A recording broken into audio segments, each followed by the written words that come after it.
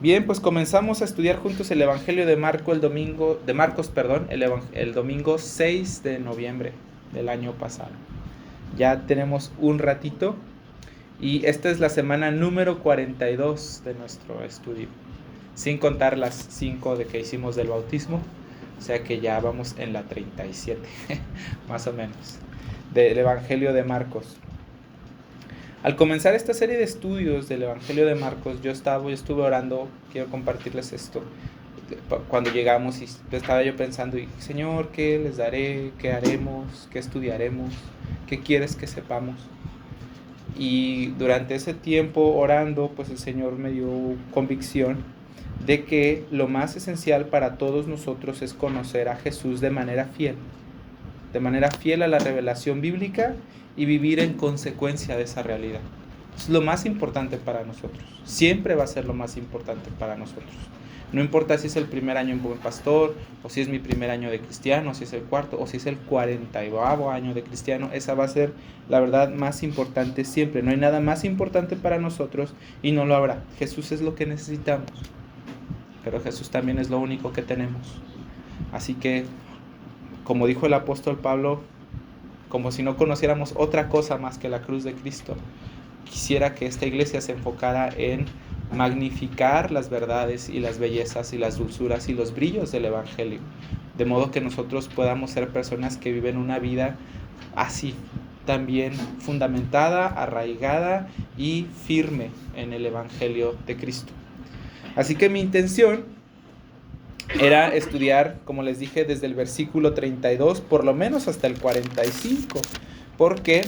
Porque la gramática no lo indica así. Fíjense cómo empieza el versículo 35. Acabamos de leer del 32 al 34 y el 35 dice, entonces Jacobo y Juan. Como hemos visto otras veces, este entonces actúa como una liga de lo que se dijo antes con lo que sigue.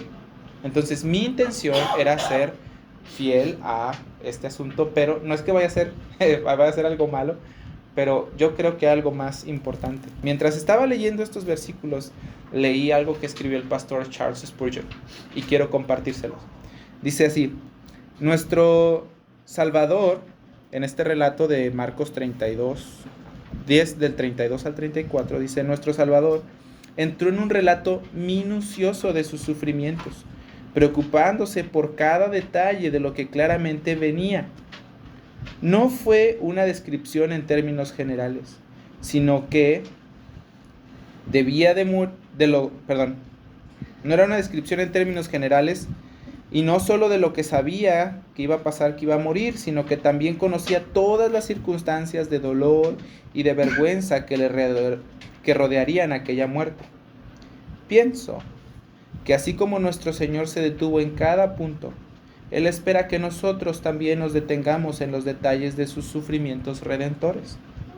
No deberíamos de ser forasteros al pie de la cruz, ni en el Getsemaní, sino que deberíamos de oír cada una de estas notas que emiten su melodía triste y a la vez gozosa. Es lo que está diciendo el pastor Spurgeon, no te vayas rápido. Vamos a escuchar de la obra salvadora de Jesús, de la obra más portentosa que Jesús hizo en este mundo y de que es la que se ha hecho jamás. Entonces, no te vayas rápido, ve lo que el Señor Jesús está diciendo, porque no sé si ustedes se dieron cuenta, pero anteriormente el Señor Jesús ya había anunciado su muerte en otras 2 ocasiones.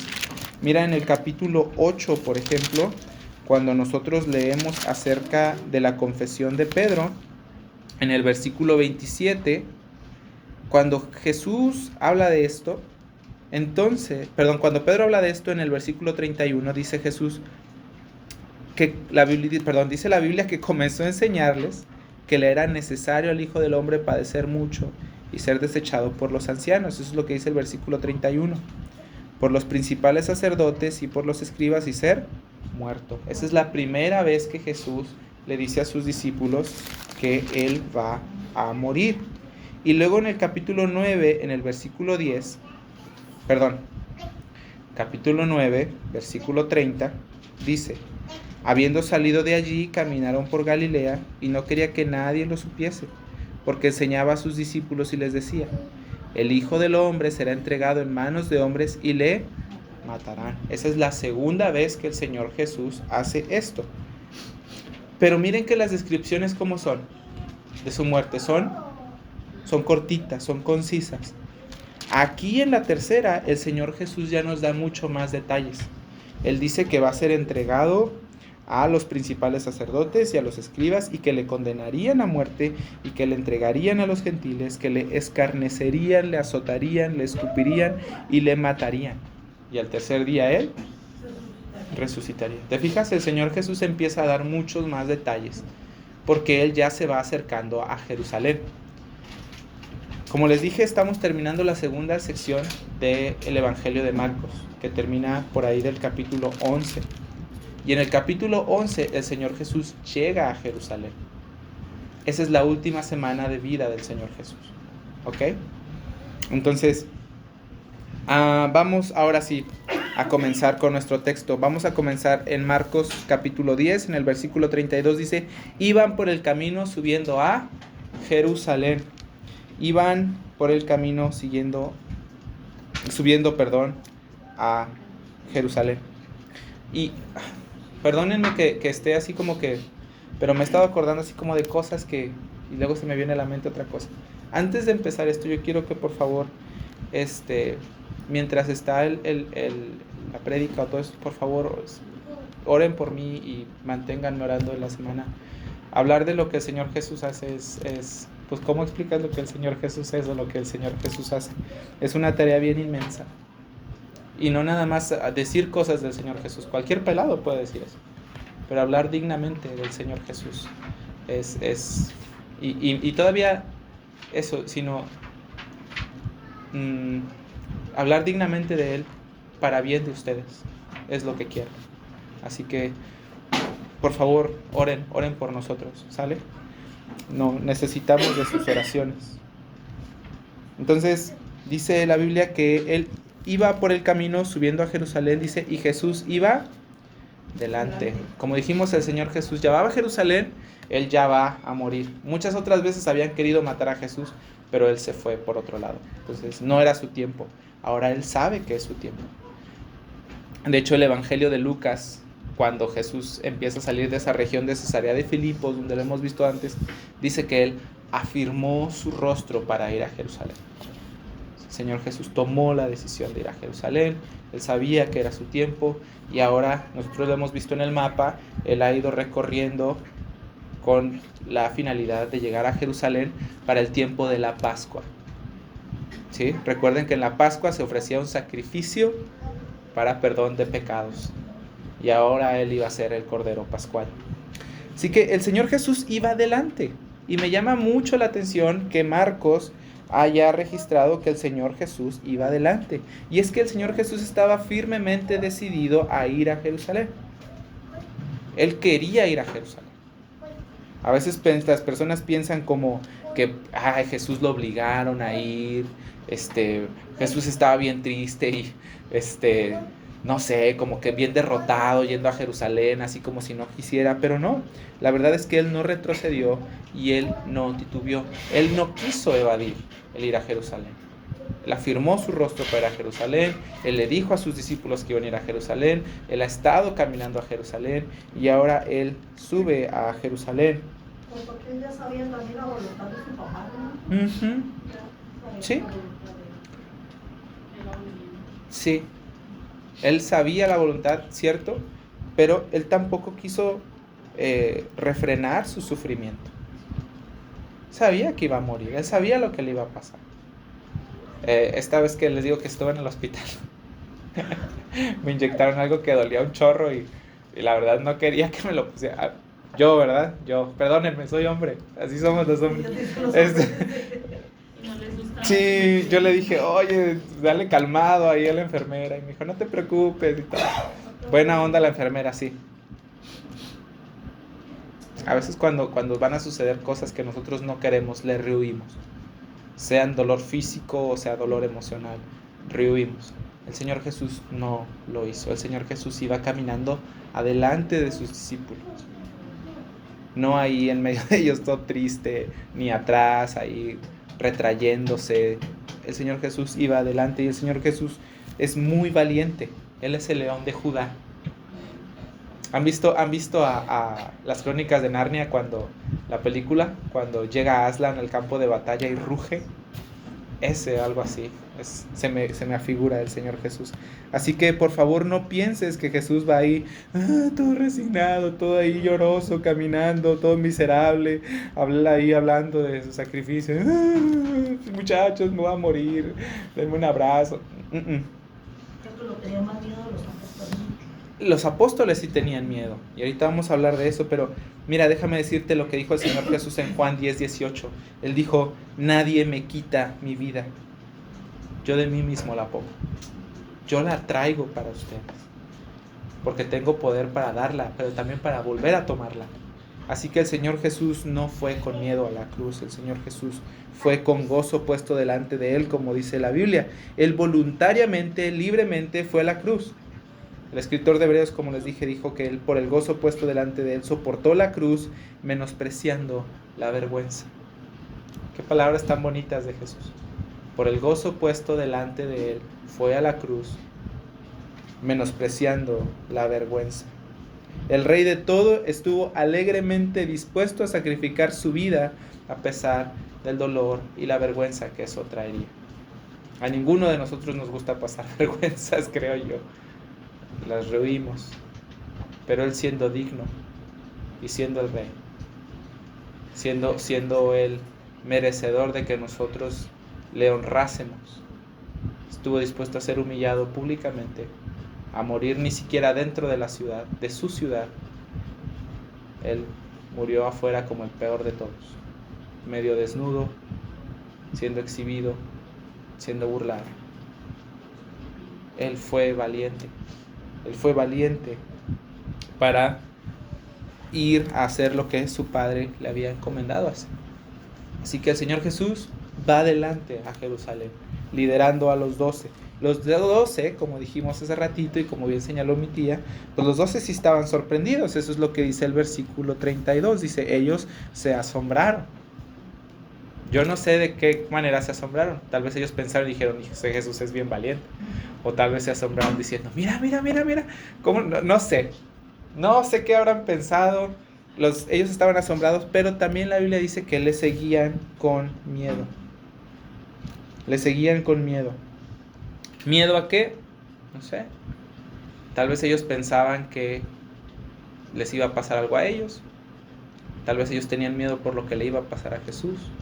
Según la ley romana, cualquiera que adorara a otro rey, pues debería de morir por traición.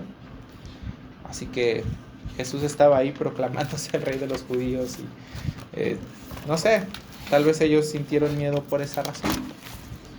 O igual ya va a morir él y luego que sigue con nosotros. Muchas cosas. Pues también pudo haber pasado. Lo hemos hablado en otras ocasiones, ¿no? Que pues sí, Jesús va a resucitar, pero... O sea, Jesús sí puede resucitar gente, pero ¿cómo va a resucitarse solo? Lo que iba a pasar con ellos, lo que iba a pasar con lo que estaban haciendo, con los discípulos. Hay muchas razones para tener temor. Muchas razones. Lo mejor que podemos hacer ahorita es especular. Pero también yo quiero que notes esto. Fíjate que Marcos dice que tenían miedo. A veces pensamos de los 12 como si los 12 fueran marcianos, ¿no? Como si flotaran en el suelo de la santidad que tienen. Pero ellos eran hombres como tú y como yo, con miedos, con preocupaciones, con carencias. Y Jesús tuvo a bien usarlos y escogerlos. Así que toma ánimo de eso también. Y Jesús, fíjense, muy interesante, dice el versículo como sigue: le seguían con miedo. Entonces, volviendo a tomar a los 12, les comenzó a decir las cosas que habían de acontecer. Jesús, viendo que están todos tristes y todos temerosos, ¿qué hace? Otra vez los jala. Los jala para tomar tiempo y hablar con ellos. El Señor es bien compasivo. Y fíjate cómo el Señor Jesús es bien consciente de la necesidad del corazón de los discípulos. Muchas personas piensan que si Dios existe, bueno, los que no creen que Dios existe, que si Dios existe, que Dios no está preocupado por las cosas pequeñas del universo, como tus sentimientos o mis sentimientos, o si nos robamos una uva o no. Pero según el Evangelio de Marcos, sí. O sea, ¿estás de acuerdo que Jesús tenía cosas más importantes en qué pensar? En la salvación del universo y... ¿Sí estás de acuerdo? Pero tiene tiempo de voltear a ver a sus discípulos y ver cómo está su corazón.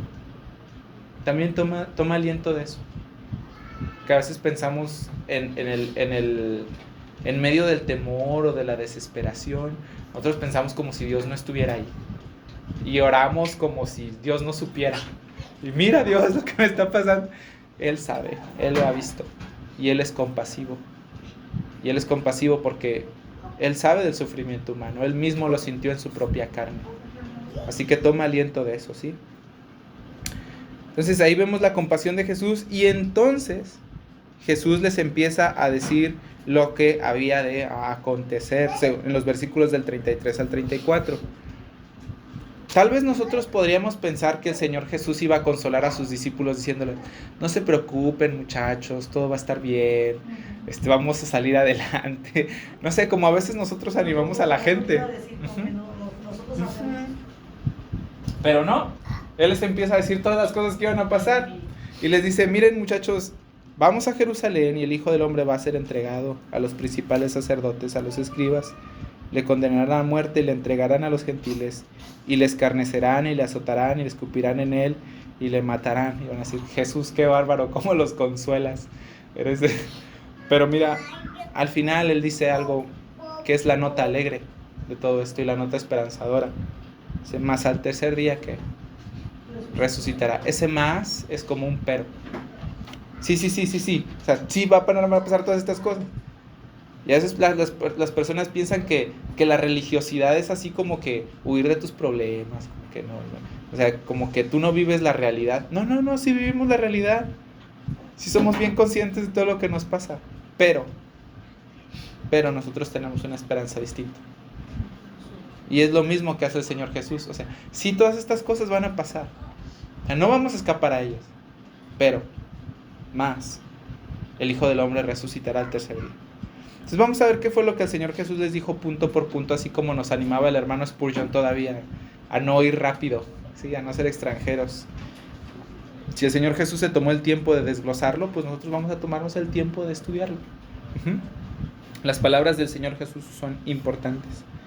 Así que lo primero, dijo el Señor Jesús ahí en el versículo 33, he aquí subimos a Jerusalén. Me gusta cómo dice el Evangelio de Lucas, porque en el relato paralelo de Lucas, en Lucas 18:31, que tal vez está marcado ahí en tu Biblia, dice: subiremos a Jerusalén y se cumplirán todas las cosas escritas por los profetas acerca del Hijo del Hombre. O sea, cuando el Señor Jesús les está diciendo vamos a Jerusalén, Lucas agrega: y ahí se va a cumplir todo lo que los profetas escribieron de mí. Así que piensa por un momento, ¿qué se había escrito de Jesús? Lo primero que yo pienso es en el Evangelio de Lucas, cuando el ángel le dice a María que va a tener un hijo y le dice: llamarán a su nombre Jesús. ¿Por qué? Porque Él salvará a su pueblo de sus pecados. Eso fue lo primero que pasó, y eso es lo que iba a pasar. Eso es de verdad lo que iba a pasar. Me acuerdo también del libro del profeta Isaías, en el capítulo 53, donde dice que Él tomaría nuestros dolores y nuestros pecados y los llevaría. Que nuestra paz sería cargada sobre Él. El libro de Zacarías dice que vendría un rey humilde, montado en un pollino, en un hijo de asna, en un burrito. ¿Y qué pasó cuando entró a Jerusalén? ¿Verdad? Todas las profecías del Antiguo Testamento iban a ser cumplidas. Todas. Jesús no dejaría ninguna de las cosas que Dios había dispuesto en su ley, ninguna de las cosas que Dios había dispuesto que Él hiciera, sin cumplir. ¿Sabes por qué no lo hizo? Porque si Jesús hubiera dejado alguna, Él hubiera sido desobediente. Él no habría sido capaz de salvarte. Pero Él vivió la vida que tú nunca pudiste haber vivido y la vida que jamás vas a poder vivir, para que tú no tuvieras que morir la muerte que Él murió. Él cumplió todo. Cuando Jesús murió dijo, consumado es, terminé, está todo listo. Así que Él iba a Jerusalén. Y algo que tal vez tú no sepas es que Jerusalén también es llamada la ciudad del rey. Esperaríamos que en Jerusalén Jesús fuera así, amadísimo y toleradísimo y todo, ¿no? ¿Qué les parece si antes de que te vayas, oramos por tu papá? Sí, oramos por el papá de Edith y que Dios le dé sabiduría al médico y pues que también pueda sentirse bien. Señor, te damos gracias por este tiempo que tenemos. Por favor, obra en la salud de mi tío, da sabiduría a los médicos. Y sea lo que sea que esté pasando, por favor también pon en el corazón de mi tío y de su familia pasar esto para tu gloria. Por favor, anima a mi tío con tu palabra y, Señor, sosténle durante este tiempo. Por favor, te pedimos que él pueda estar bien, pero sobre todas las cosas pedimos que nos ayudes a ser obedientes y a honrarte en lo que tú dispones para nuestra vida cada día. Amén. Sale. Pues continuemos. Es la ciudad del rey, dijimos, ¿no?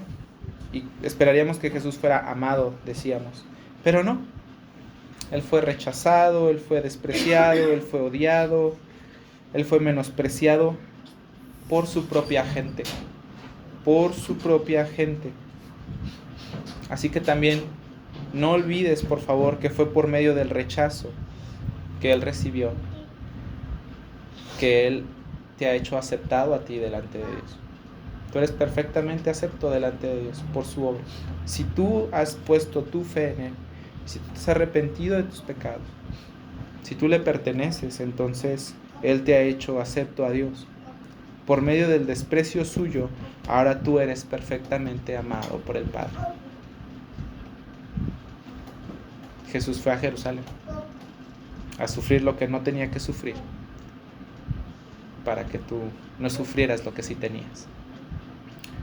Así que Jesús continúa diciendo, subimos a Jerusalén y el Hijo del Hombre será entregado. En estas tres anuncios de la muerte de Jesús, Jesús siempre se refiere a sí mismo como el Hijo del Hombre. Este es el título preferido de Jesús para sí mismo. Es el Hijo del Hombre. ¿Por qué se llama así? Bueno, primero porque Él es humano. Él de verdad es humano. A veces decimos, no, sí, o sea, sí, Jesús sí fue tentado, pero pues era el Señor Jesús. Sí, pero pues él era 100% humano, igual que tú y yo. O sea, sí también era Dios, pero él no era menos humano que tú, Él no la tenía más fácil que tú. Él no sintió menos que tú. De hecho, le decía a un hermano esta semana, nosotros ni siquiera tenemos la idea de lo que el Señor Jesús sufrió. Porque nosotros hemos sido tentados hasta cierto punto. Hemos sido probados hasta cierto punto. Y suceden dos cosas. Una, yo en mi rebeldía y en mi pecado desobedezco. O Dios en su misericordia me libra y detiene eso. Pero el Señor Jesús fue tentado y fue probado hasta donde, no sé, hasta cuánto. Sin cesar, todo el tiempo. Lo más terrible de las pruebas y de las tentaciones. Él no se rindió, Él no pecó. O sea, nosotros no sabemos hasta qué punto Él ha sido tentado. Nosotros sí sabemos porque nosotros ya nos dimos cuenta hasta dónde. Pero Él no. Así que, primero, Él es humano. Segundo, por lo que dice Daniel 7 del 13 al 14, que lo hemos leído en otras ocasiones, que habla acerca de uno que va delante de Dios, que es como hijo del hombre, y a ese se le dará un reino sin fin. Entonces, este Hijo del Hombre también es divino, porque puede presentarse delante de Dios cara a cara sin morir. Entonces, este Rey divino se le iba a dar un reino inconmovible, para siempre. Entonces, Jesús se llama así, Él es este Hijo del Hombre. Pero yo me pregunto y digo, bueno, ¿y por qué no llamarse Hijo de Dios? O Rey de Israel. No sé, Pues después de todo Jesús era esas dos cosas también, ¿no? Pero a Jesús le gusta llamarse a sí mismo el Hijo del Hombre. Y esta es mi mejor deducción. Esta también es una suposición mía, pero el Hijo del Hombre suena ordinario y humilde, ¿no crees? Es un Hijo del Hombre como cualquier persona. Su reinado y su gloria pues no eran tan visibles. Él era un carpintero de Nazaret. Pero para los que conocían a Jesús, ellos sabían quién era y podían darle significado a las palabras Hijo del Hombre en su mente y en su corazón.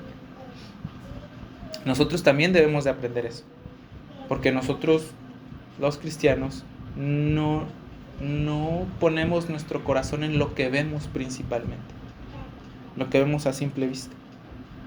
Nosotros ponemos nuestra confianza y nuestro corazón en lo que Dios nos ha dado y lo que Dios nos ha dicho.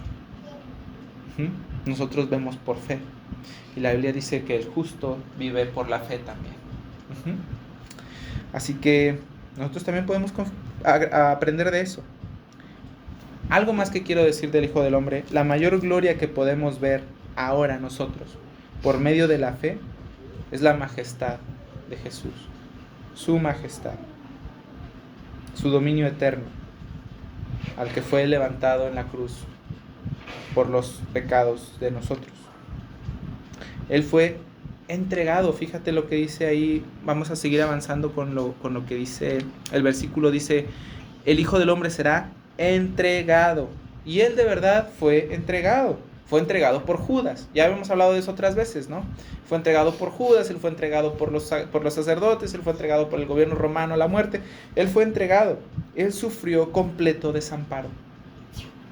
Fíjate quién lo entrega: los sacerdotes y los escribas.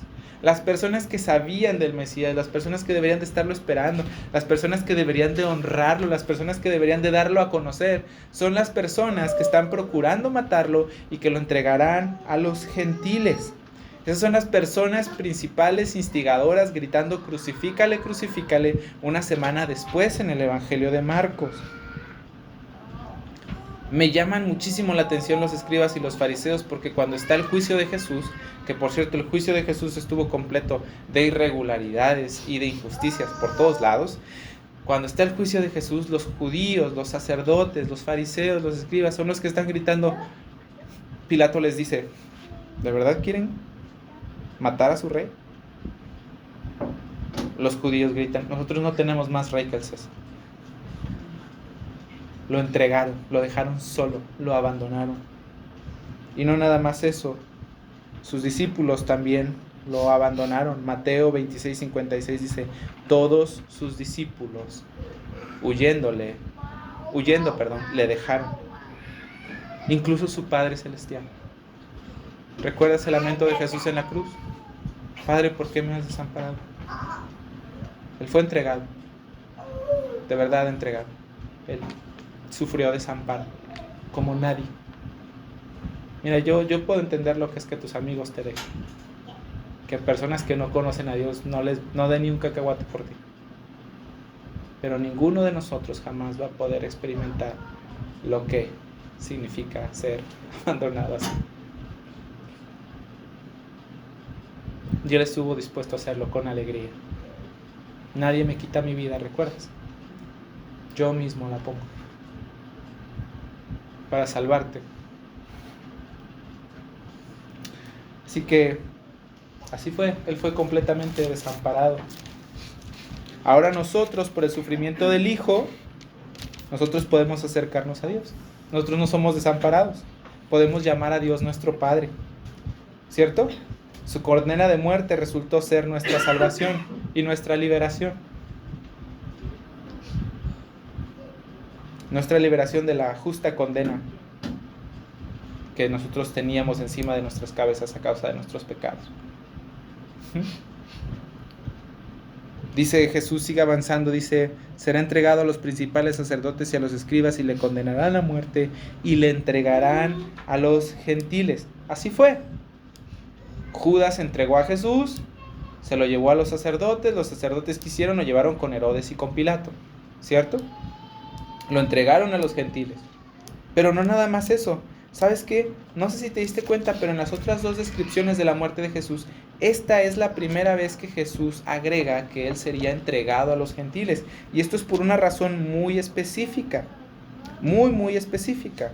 Porque en el Antiguo Testamento, cuando los israelitas eran entregados a los gentiles, significaba que afrontaban la ira de Dios. Desde que Dios le dio la ley a los israelitas, y es por eso es bueno saber del Antiguo Testamento, desde que desde que Dios le dio la ley a los israelitas, Dios les dijo que si ellos obedecían iban a ser bendecidos, pero que si no, Él iba a castigarlos. Y una de las maneras en la que Dios castigaría el pecado de su gente sería entregándolo a otras naciones que no temían a Dios para que los conquistaran. Es decir, la Biblia llama a las naciones no judías, a las naciones no hebreas, gentiles. Entonces la manera en la que Dios castiga a su pueblo es entregándolo así, en el Antiguo Testamento. Entonces Jesús, ¿qué iba a hacer? Él iba a ser entregado a los gentiles. Mira, ¿Ellos lo castigarían?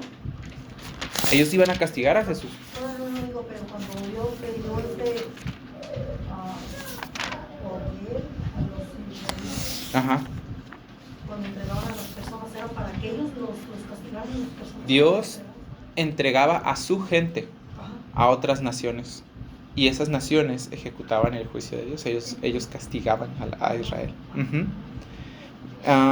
Déjame leerte, por ejemplo, lo que dice el Salmo 106. El Salmo 106 en el versículo 40 y 43, para que tú puedas comprenderlo tal vez un poquito mejor.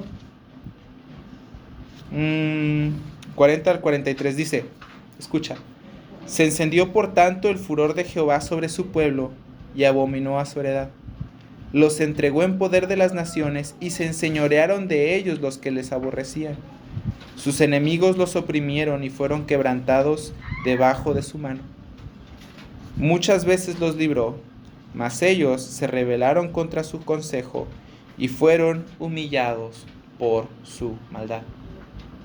Entonces, ¿qué está pasando aquí? ¿Por qué Jesús está diciendo que va a ser entregado a los gentiles? Bueno, primero porque así va a ser, pero también porque es una muestra de decir de que ahora Jesús va a enfrentar la ira de Dios, la justa ira de Dios, que estaba reservada para su pueblo pecador, quien debía de ser entregado. Jesús va a tomar esa culpa, y Jesús va a asumir esa culpa. Jesús va a absorber la ira de Dios completa para salvar a su gente.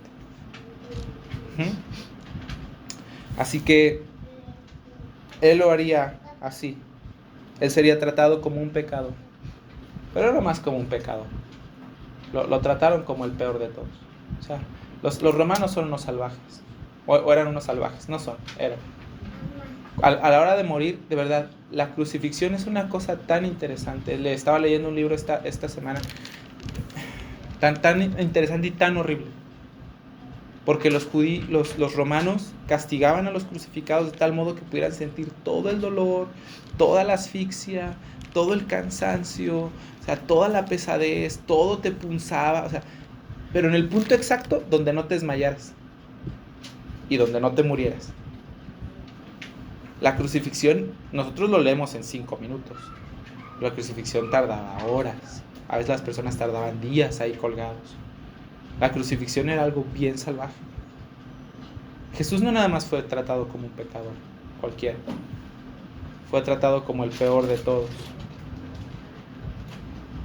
Así que en el Calvario Jesús de verdad encaró la ira de Dios.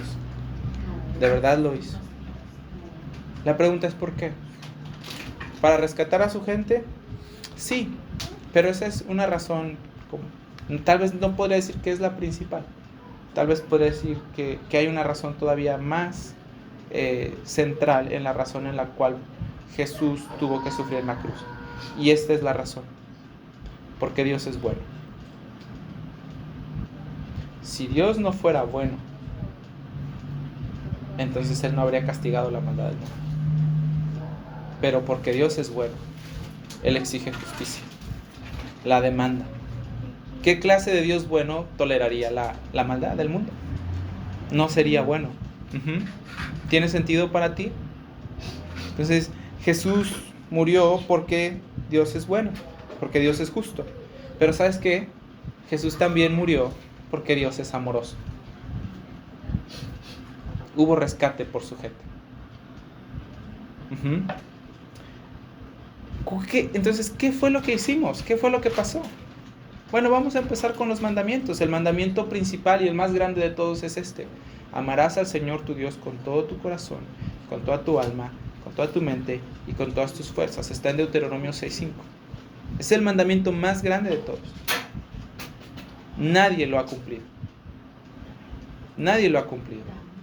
Y yo por lo menos te puedo decir que en todos mis años de cristiano, nunca ha habido un día en el que yo haya cumplido bien ese mandamiento. Ni uno solo.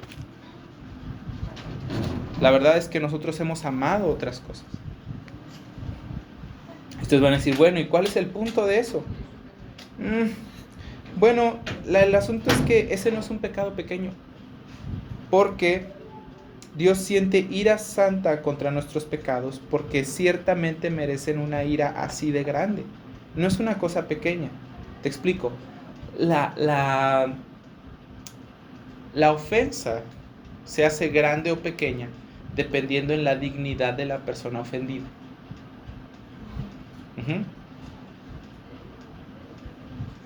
Si yo le digo a Job, Job, no seas payaso, cállate. No sé, tal vez ustedes van a decir, ¿cómo eres sangrón? No le hables así, ¿no? Tú le dices a tu hermano lo mismo, se podrían reír juntos. Tú le dices a tu mamá eso, no sales ileso. O sea, por lo menos un chanclazo si te acomoda. Tú le dices eso al presidente y te haces noticia nacional y te llueve chorrocientos de comentarios en Facebook de que eres lo peor y que deberías ser respetuoso, ¿cierto? La ofensa se hace grande o pequeña dependiendo de la dignidad de la persona ofendida. Jesús es infinitamente digno de ser amado. Cuando nosotros amamos algo más, nosotros distorsionamos su imagen y menospreciamos menos valor, menospreciamos su valor infinitamente. Si difamar a una persona en nuestro país tiene años de cárcel y multas por difamar el honor de alguien, que es una persona igual que tú y yo, difamar el honor y la verdad y la imagen del Salvador, pues es muchísimo más grave. Por tanto, el no amar a Dios no es un pecado pequeño. No es un pecado pequeño. Así que Dios siente ira santa por nuestros pecados. Y esto es lo que Él ha determinado. Él dijo que la paga del pecado es la muerte. Eso dice Romanos 6:23. Ezequiel 18:4 dice que el alma que pecare, esa alma debe de morir. Morirá, dice el Señor. Y mira lo que dice Gálatas 3:10. Tal vez este es nuevo para ti. Maldito todo aquel que no permaneciere en todas las cosas escritas en el libro de la ley para hacerlas todas. Maldito todo aquel que no permaneciere en todas las cosas escritas en el libro de la ley para hacerlas. Nosotros no pasamos ni del primer mandamiento. El Antiguo Testamento tiene más de 600. Estamos fritos. Y todavía Santiago añade a esto y dice que cualquier persona que haya fallado en un punto o en una coma de la ley es culpable de haberla destruido toda, de haberla quebrantado toda. Así que de verdad estamos bien fritos. Pero Dios no está feliz mostrando ira. Él no descansa y dice, sí, que cuelgue la maldición sobre sus cabezas, que se mueran y que se vayan al infierno. Él envió a su Hijo y Él absorbió la ira de Dios. Fíjate en las palabras que estoy usando. No te estoy diciendo que Él la escondió o que Él cerró los ojos. No. Dios, siendo justo y demandando castigo, ejecutó castigo. sobre su propio Hijo. La humanidad era la pecadora, un humano tenía que morir. Y Él envió a su Hijo Jesús. Él la absorbió completa. No fue como nosotros a veces cuando ya no queremos barrer, que para no traer el recogedor echamos la basura así o la tierrita al patio. Al fin y al cabo es tierrita. No pasa, o la escondemos abajo otro lado. Él la limpió todo lo que nosotros hicimos. Él llevó el costo de la maldición. Él pagó el costo de la maldición por todo lo que nosotros hicimos. Para todos aquellos que confían en Él. Para todos aquellos que confían en Él. ¿Cierto? La Biblia dice que si alguno cree, Dios le da el derecho de ser su hijo. Si alguno se arrepiente y cree, es hecho una nueva criatura. Y que las cosas viejas ya pasaron. Esta bendición y este pago es solo para aquellos que creen de verdad. Y recuerda que hemos hablado de este asunto de creer, que no nada más es decir, no, sí, yo pienso que sí pasó. Es de verdad confiar con mi vida que eso sí sucedió por mí. Jesús es un sustituto y fue provisto por Dios mismo para cancelar la maldición y la ira. No para cancelar la maldición y la ira de Dios. No para cancelar, para tomarlo, para absorberlo. Me encanta un pasaje que está en 2 Corintios 5:21 y dice que al que no conoció pecado, escucha, el que no conoció pecado, Dios lo hizo pecado para que nosotros ya no fuéramos malditos, como dice Gálatas, sino para que nosotros fuésemos hechos justicia de Dios en Él. Les seguiré hablando de las crónicas de Narnia. Una de mis partes favoritas es cuando hay un chico que traiciona a Aslan, es el rey de Narnia, se llama Edmund, traiciona a sus hermanos. Según la ley narniana, él tiene que morir. Aslan habla con la bruja blanca, que es la mala de la película, y le dice que él va a morir en lugar de Edmund. Él muere en la tabla de piedra, pero él resucita al día siguiente. Pero lo que quiero decirte no es precisamente esto, porque tú ya estás encontrando las similitudes, ¿verdad? Lo que pasa es que cuando Aslan gana la guerra contra la bruja blanca, él hace a los 4 niños que cruzaron en Narnia reyes. Se llaman Peter, Susan, Lucy y Edmund. Que son los que se pasan. Los que pasan por el ropero. Pero a Peter le pone Peter el Magnífico, ¿no? A Lucy también le da su sobrenombre, a Susan le da su sobrenombre, pero él dice, larga vida al rey Edmund, el justo. Y para mí es así muy toca una partecita de mi corazón, porque tú puedes decir, ¿cómo le pones justo a este? O sea, que fue un envidioso, que los traicionó, que por su culpa muchos narnianos sufrieron. O sea, ¿tú cómo le pones justo a alguien así?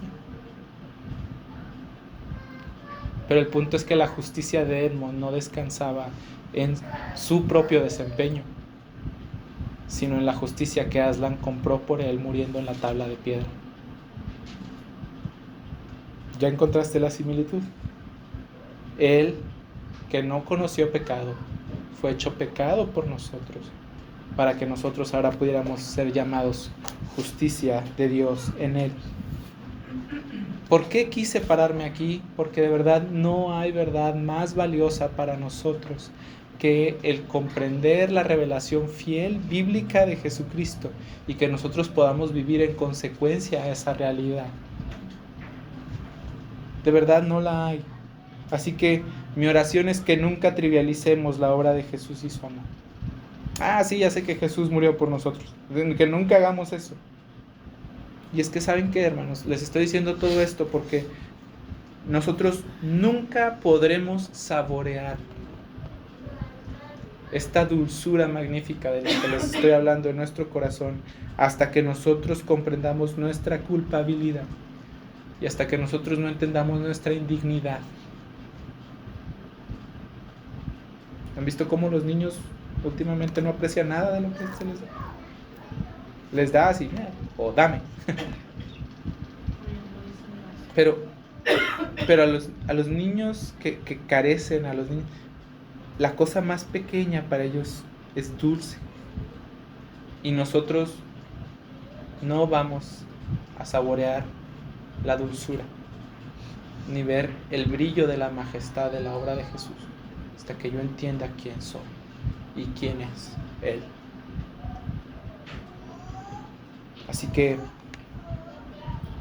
nosotros lo haremos y conoceremos el precioso amor de Cristo cuando nosotros lo hagamos, y vamos a poder decir como el apóstol Juan en primera de Juan 4:10, y esto es el amor,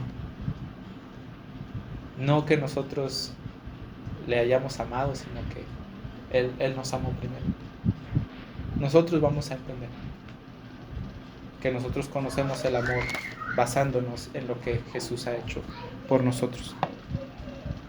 Así que Jesús está hablando de todas estas cosas. Van a pasar.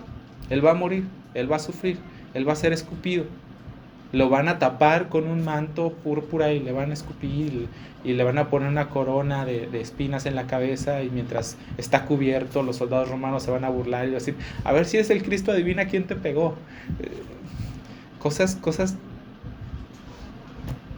que no, terribles. Dice la Biblia como si fuertes toros de Basán estuvieran rodeándote. ¿Te imaginas ser rodeado por toros que quieren atacarte? Toros fuertes. Más, esta es la última nota. No hemos terminado de estudiar el pasaje. Dice más, al tercer día resucitará. Y esa es la nota de esperanza al final. Que Él no sería vencido, que Él no permanecería en la tumba para siempre. Él termina el anuncio de su muerte con la alegre nota de su resurrección. ¿Y saben qué? Es la resurrección de Cristo la que nos alegra a nosotros también y la que nos consuela a nosotros también. Si Él no hubiera resucitado, todo estaría perdido. Si Él no hubiera resucitado, significa que todo lo que Él dijo fue mentira. Pero porque Él resucitó, nosotros podemos tener la confianza y el fundamento seguro y eterno de que todo lo que Él ha dicho es cierto y de que todo lo que Él hizo contó para la eternidad.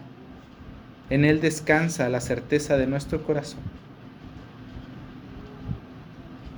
Así que sí hubo consuelo de parte del Señor Jesús cuando sus discípulos estaban todos temerosos. Y el consuelo es este: Él resucitaría. Porque Él puso su vida alegremente para salvar al mundo, por cuanto es poderoso para darla y para tomarla. Oramos. Señor, otra vez te damos gracias por este tiempo. Gracias por tus cuidados y gracias por tu amor y tu fidelidad. Gracias por lo que nos has dado hoy. Incluso en nuestra vida diaria, nuestro trabajo, las cosas que hacemos en la escuela. Señor, nosotros ahora somos llamados a tener presente la realidad de tu muerte a nuestro favor y de tu gloriosa resurrección. De modo que ahora nosotros podemos tener nueva esperanza. Que no somos contados por nuestras fallas ni nuestros errores, que no nos salvaste porque éramos buena gente ni porque nunca nos equivocamos, que tú nos viste desamparados y solos y ya dispuestos con una maldición en nuestra cabeza, y nos tuviste compasión y amor y nos salvaste. Y ahora nosotros, Señor, tampoco somos aceptados por lo que hacemos, ni si no nos equivocamos o si no hacemos ciertas cosas perfectas. Somos aceptados por lo que tú has hecho.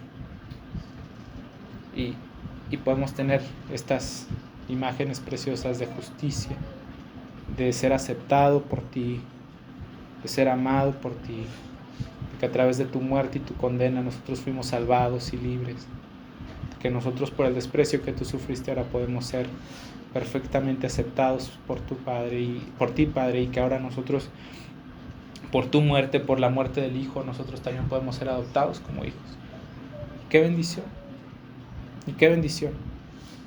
Por favor, ayúdanos a recordar esto y que nuestro corazón te ame más, que tú seas más adorado por nuestros corazones, que cuando cantemos de que solamente en tu sangre nosotros podemos encontrar perdón, que lo hagamos con alegría, porque de verdad así es y así fue. Cuando nosotros cantemos de los triunfos de la cruz, lo hagamos con valor, con alegría y con gozo. Señor, gracias por tu palabra otra vez. Gracias. Y por favor, guárdala en nuestros corazones. Te lo pedimos en el nombre de Jesús. Amén.